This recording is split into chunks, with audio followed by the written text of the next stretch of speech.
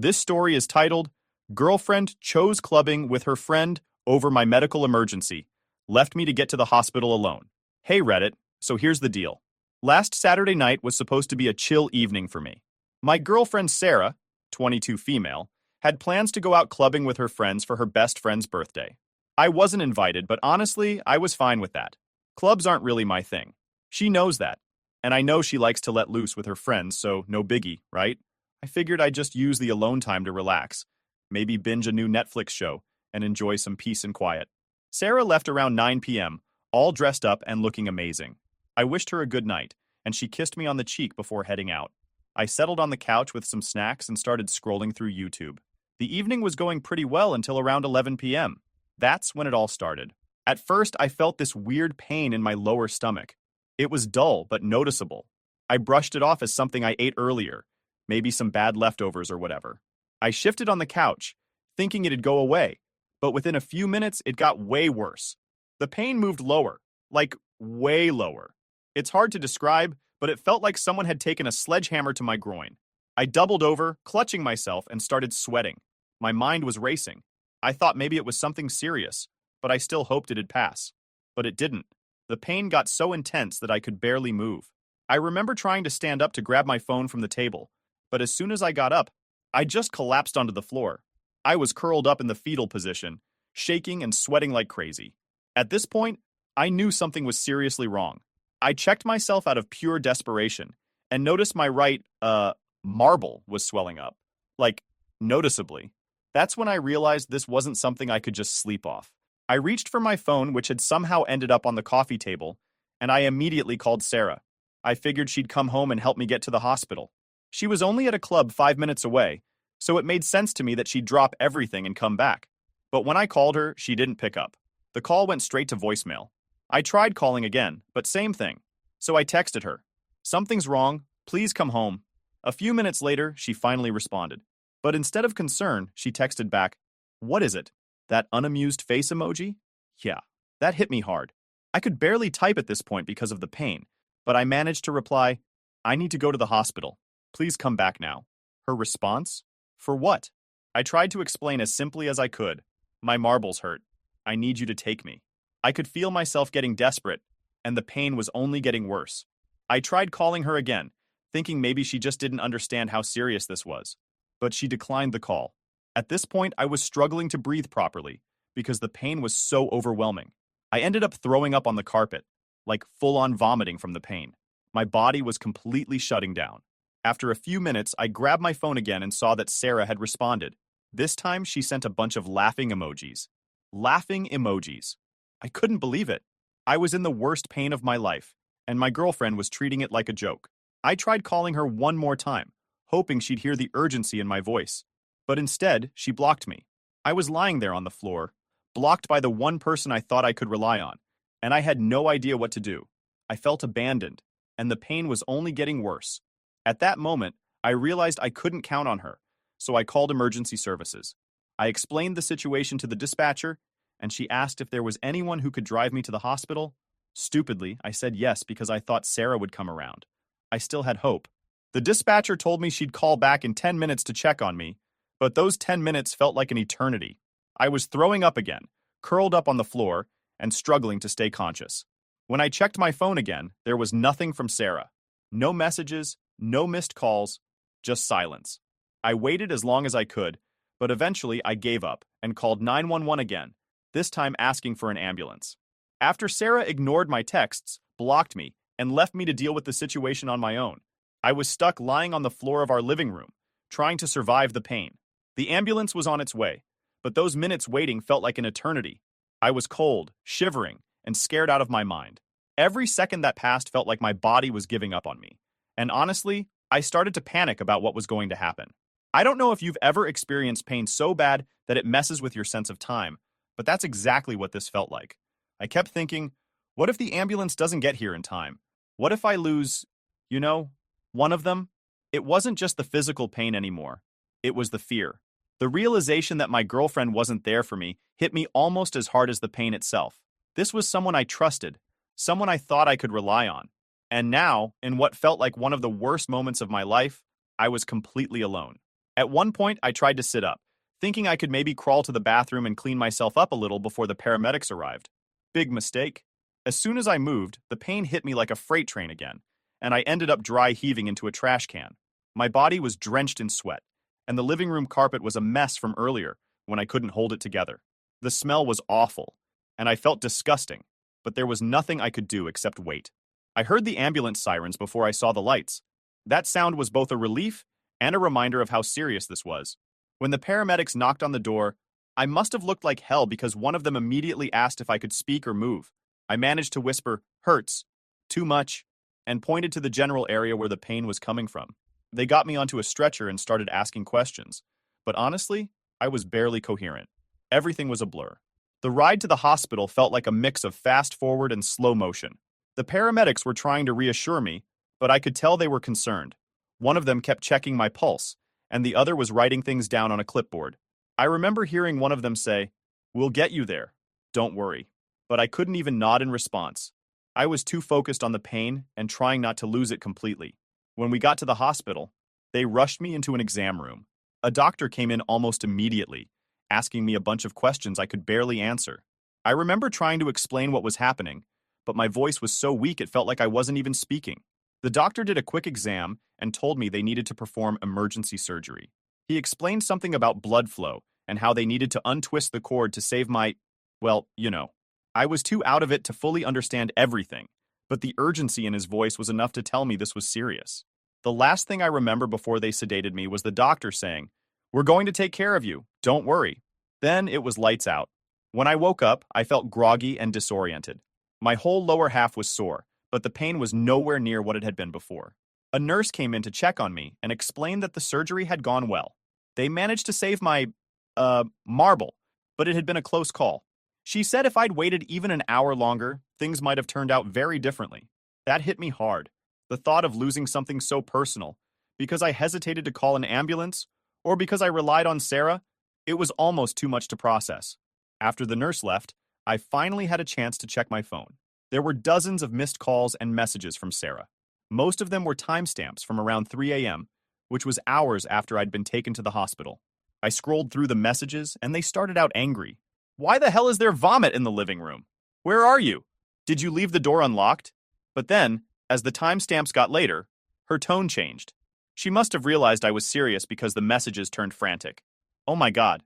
Are you okay? Where are you? Please answer me. I'm so sorry. I'm coming to the hospital. Tell me which one you're at." I didn't reply. I couldn't. I was too tired, too hurt, and honestly, too angry to deal with her at that moment. The betrayal I felt was still fresh. She had laughed at me. She had blocked me. And now, after everything, she wanted to act like she cared? It felt hollow. A few hours later, Sarah showed up at the hospital. I woke up to the sound of her crying quietly in the chair next to my bed. When she realized I was awake, she practically lunged at me, hugging me and apologizing over and over. She kept saying she thought I was joking, that she didn't realize how serious it was, and that she felt awful for not being there when I needed her. I didn't say much. I just nodded and let her talk. Part of me wanted to yell at her, to ask her how she could treat me like that, but I didn't have the energy. I was still processing everything that had happened, and the last thing I wanted was to have a screaming match in a hospital room. Sarah stayed with me for the rest of my hospital stay, trying to make up for what she'd done. She brought me food, helped me with little things like adjusting my blanket, and stayed by my side almost the entire time. I could see that she felt guilty, but it didn't erase what she had done. The damage was already done. Now that I'm home, I'm starting to really think about what this means for our relationship. I've been with Sarah for 5 years, and up until this point, I thought she was the one. But now, I don't know. If she couldn't be there for me during one of the scariest nights of my life, how can I trust her moving forward? These thoughts have been running through my mind nonstop, and I honestly don't know what to do. By this point, the physical pain was starting to subside thanks to the surgery, but the emotional side of things? That was a whole different story. Coming to terms with what had happened, both to my body and in my relationship, was like unraveling a knot I didn't know how to untangle. I felt raw, exposed, and unsure of what to do next. Sarah was by my side for the last couple of days in the hospital. She made an effort to be supportive, which I could tell was her way of trying to make amends. She brought me coffee in the mornings, helped me with little tasks like adjusting my socks, since bending over hurt, and even tried to crack a couple of awkward jokes to lighten the mood. I could see she was trying, but it all felt hollow. Her sudden attentiveness only made the betrayal sting more. On the last day before I was discharged, the doctor went over my recovery plan. No lifting anything heavy for a few weeks, no strenuous physical activity, and definitely no bedroom activities. He was kind about it, but I could tell he was serious. I nodded along, grateful that things hadn't turned out worse. After he left, Sarah started asking questions. What I could eat, if I'd need follow-up appointments, when I'd be cleared to work again. She was meticulous, almost overcompensating for how absent she had been before. I didn't have the energy to point it out. The ride home was awkward. Sarah had brought her car, and as she drove, she kept glancing over at me like she wanted to say something. The silence was heavy, and I could feel the tension building with every mile. Finally, she broke the ice with an apology. Another one. "I'm so sorry for how I acted," she said, gripping the steering wheel tightly. "I really thought you were joking, and I didn't realize how serious it was. I don't know what I was thinking. I feel terrible." I nodded but didn't say anything right away. I wanted to be fair. I knew people made mistakes, and part of me wanted to believe her. But the other part of me, the one that remembered her laughing emojis and the "I'll block you" message, wasn't ready to let it go.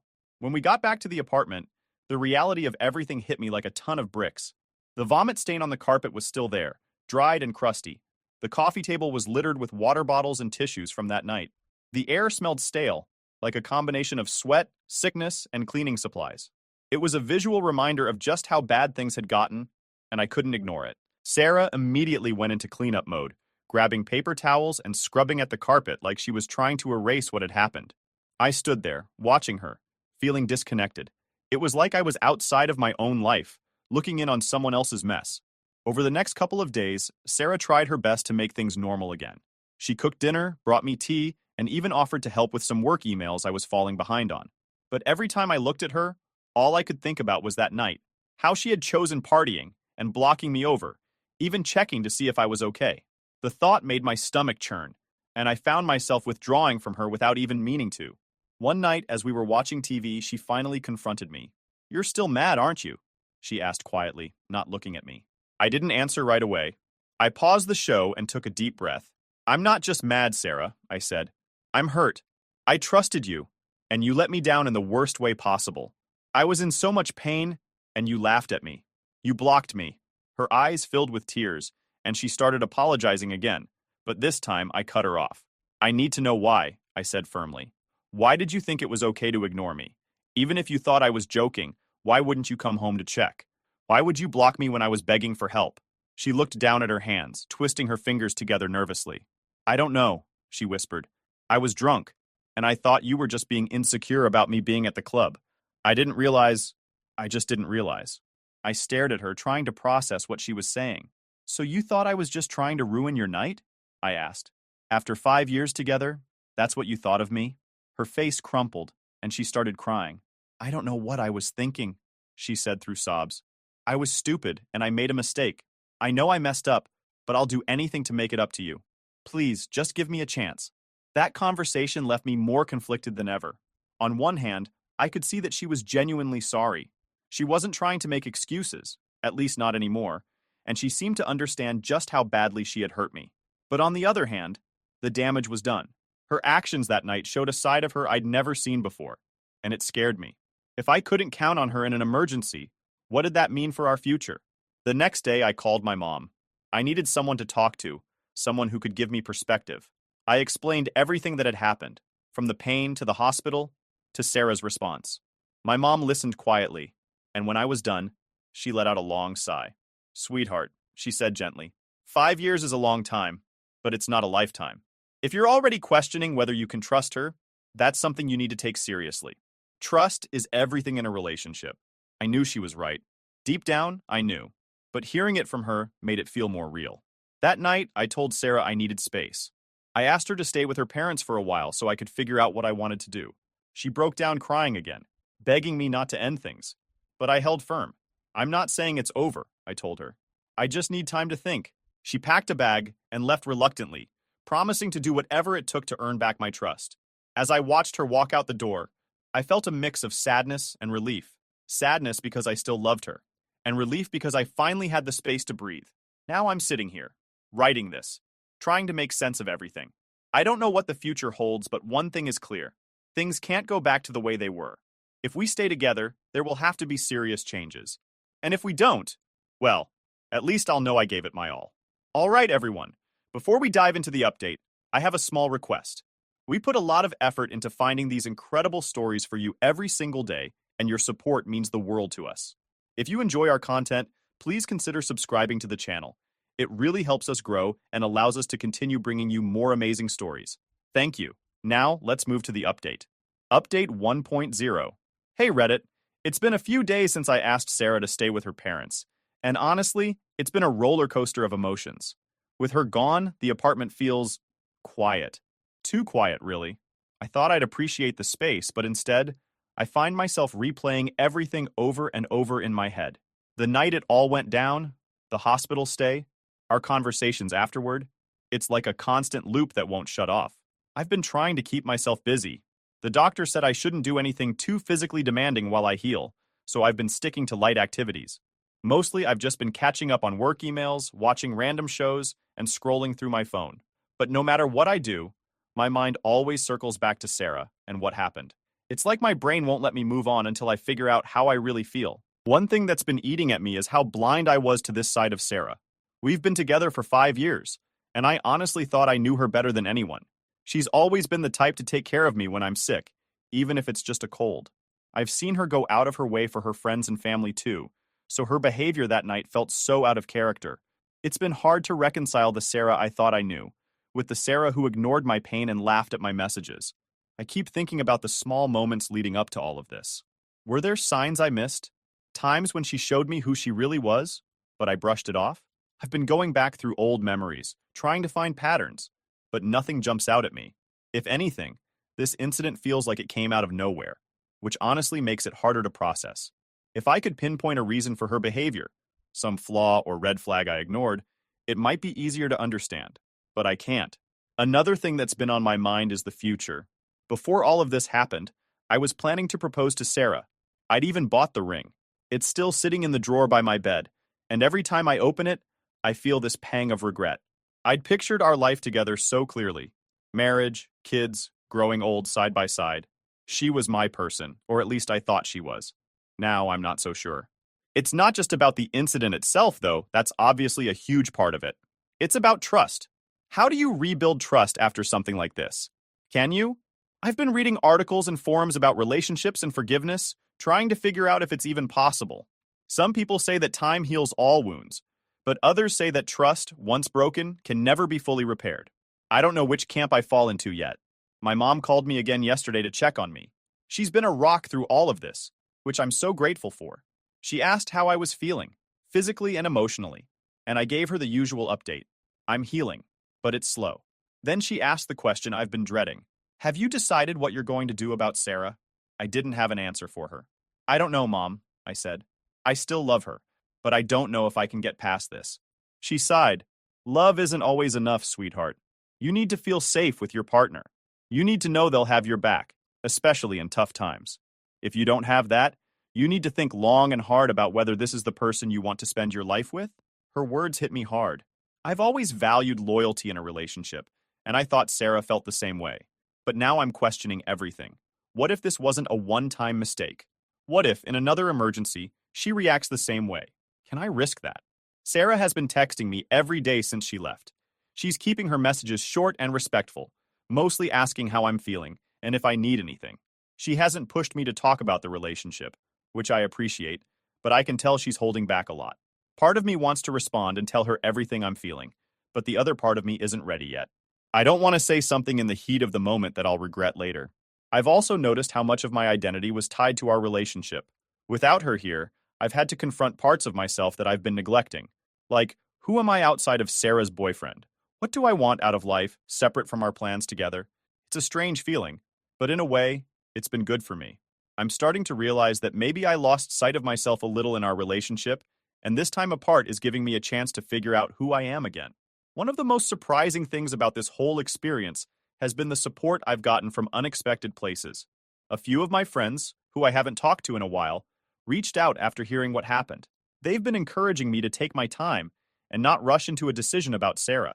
One of them even offered to come over and hang out, just to keep me company. It's been nice to feel like I'm not alone in this, even if it's just through a text or a phone call. At the same time, I've been careful about who I talk to about this. I don't want to badmouth Sarah to everyone we know because, no matter what happens, I still care about her. I don't want people to judge her based on this one mistake, even if it was a huge one. It's a tricky balance. Venting about how hurt I am without turning it into a smear campaign. The ring is still sitting in that drawer, and every time I see it, I feel like it's mocking me. I haven't told Sarah about it, and I'm not sure if I ever will. Part of me wonders if she could even imagine how close I was to proposing, how I had planned everything out in my head. If she knew, would it make her feel worse? Or would it just make her feel more guilty than she already does? Don't know. What I do know is that I need more time. I've been journaling a lot, trying to sort through my feelings, and I keep coming back to the same question. Can I forgive her? Forgiveness isn't the same as forgetting, and I know I'll never forget what happened. But if we stay together, I need to find a way to move forward without holding this over her head. Otherwise, it'll poison the relationship. For now, I'm focusing on myself. I'm taking it one day at a time, letting myself feel all the emotions, anger, sadness, confusion, without pushing them away. I still haven't decided what to do about Sarah, but I know one thing for sure. Whatever happens next, I need to be honest with myself and with her.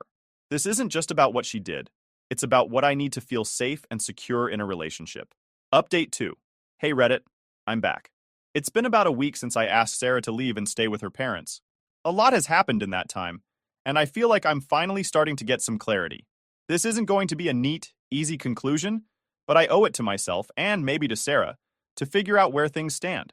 Earlier today, Sarah texted me, asking if we could meet to talk. She didn't push or demand, she just asked if I was ready. After some hesitation, I agreed. We decided to meet at a small park near her parents' house. It's a quiet spot where we've had a lot of good memories, which felt both comforting and bittersweet. When I saw her, it was clear she'd been struggling. Her eyes were red, like she'd been crying a lot, and she looked nervous, like she wasn't sure if I'd hug her or walk away. We sat on a bench, and for a while, neither of us said anything. Then she broke the silence. I've been thinking about everything, she started, her voice shaky. About how I let you down and how much I hurt you. I don't know if I can ever make it right, but I need you to know that I'll spend the rest of my life trying if you let me. I didn't respond right away. Instead, I looked out at the park, at the trees swaying in the breeze, and tried to gather my thoughts. Finally, I said, I appreciate that, but it's not just about the apology, Sarah. It's about trust. And right now, I don't know if I can trust you the way I used to. She nodded, tears streaming down her face. I get that, she said quietly, but please don't give up on us. I'll do whatever it takes. I sighed, feeling the weight of everything we'd been through. I'm not saying it's over, I told her, but I need time. This isn't something I can just move past in a week or two. It's going to take real effort on both of our parts. We talked for a while longer, hashing out what went wrong that night and how things could have been different. I told her how scared and hurt I felt, and she listened without interrupting. It was the most honest conversation we've had in a long time, and it felt cathartic. Now, as I write this, I still don't have a clear answer. Part of me wants to give Sarah another chance, to believe that she's capable of growing and learning from this. But another part of me is scared. Scared of being vulnerable again, of putting my trust in her only to be let down. What I do know is this. I need to take it slow. I'm not going to rush back into things or make a decision out of guilt or pressure. If Sarah and I are going to rebuild, it's going to be on a foundation of honesty and accountability. No shortcuts. So Reddit, I am seeking your judgment. Should I forgive her? Final update. Hey Reddit, I guess this is the final chapter of this whole mess. I've been sitting on this decision for a few days now, and after a lot of thinking, talking, and honestly crying, I've made my choice. We met up again a couple of days ago. Sarah had been staying at her parents' house since I asked for space, and this time we agreed to talk at the apartment. I didn't want to do it over text or a phone call. It didn't feel right. After 5 years together, she deserved to hear this in person, even if it was going to hurt. When she walked in, I could see the hope in her eyes. She brought groceries and a couple of my favorite snacks, like she was trying to create a sense of normalcy. She even smiled, but it was forced, like she was bracing herself for bad news. We sat down at the dining table, and before she could start talking, I told her I had something to say. She nodded, and I could see her gripping her hands together to stop them from shaking. Sarah, I began, trying to keep my voice steady. I've spent a lot of time thinking about everything. About what happened, about us, and about our future. And as much as it hurts to say this, I don't think we can move forward together. Her face fell instantly. The hope I'd seen earlier vanished, replaced by tears welling up in her eyes. Why? She whispered. I thought we were going to try. I took a deep breath, trying to choose my words carefully. It's not that I don't believe you're sorry, because I do. I can see that you're trying, and I know you regret what happened. But the truth is, I can't get past it. That night, when I needed you the most, you weren't there. And worse, you treated me like I was an annoyance, like I didn't matter. That's something I don't know if I can ever forget. She started crying, full-on sobbing, and it was one of the hardest things I've ever had to sit through. I wanted to comfort her, to tell her it was okay, but I knew that would only make things harder. So I just sat there, letting her cry, until she finally spoke. I was drunk, she said, her voice breaking. I didn't realize how serious it was. If I could take it back, I would in a heartbeat. Please don't let one mistake ruin everything we've built. Her words cut deep, but I knew I had to stand firm. It's not just one mistake, Sarah, I said softly. It's what that mistake showed me. I've always thought of you as my partner, the person I could count on no matter what. But that night, I realized that might not be true. And if I can't trust you in an emergency, how can I trust you in a marriage? When we have kids? Or when life throws us another curveball? She shook her head, tears streaming down her face. I can change, she said.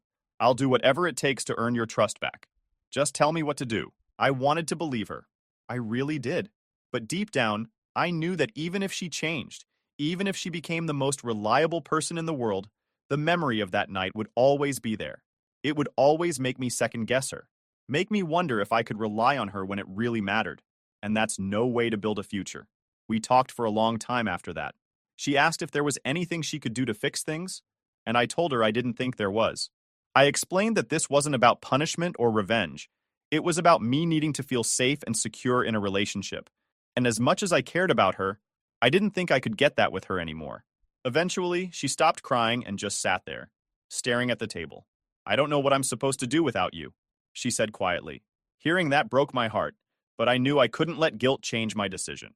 You're going to be okay, Sarah, I told her. You're stronger than you think, and I want you to know that this doesn't erase all the good times we had together. I'll always care about you, but I think it's best for both of us if we move on. She didn't argue after that. She just nodded, wiped her face, and asked if she could grab the rest of her stuff from the apartment.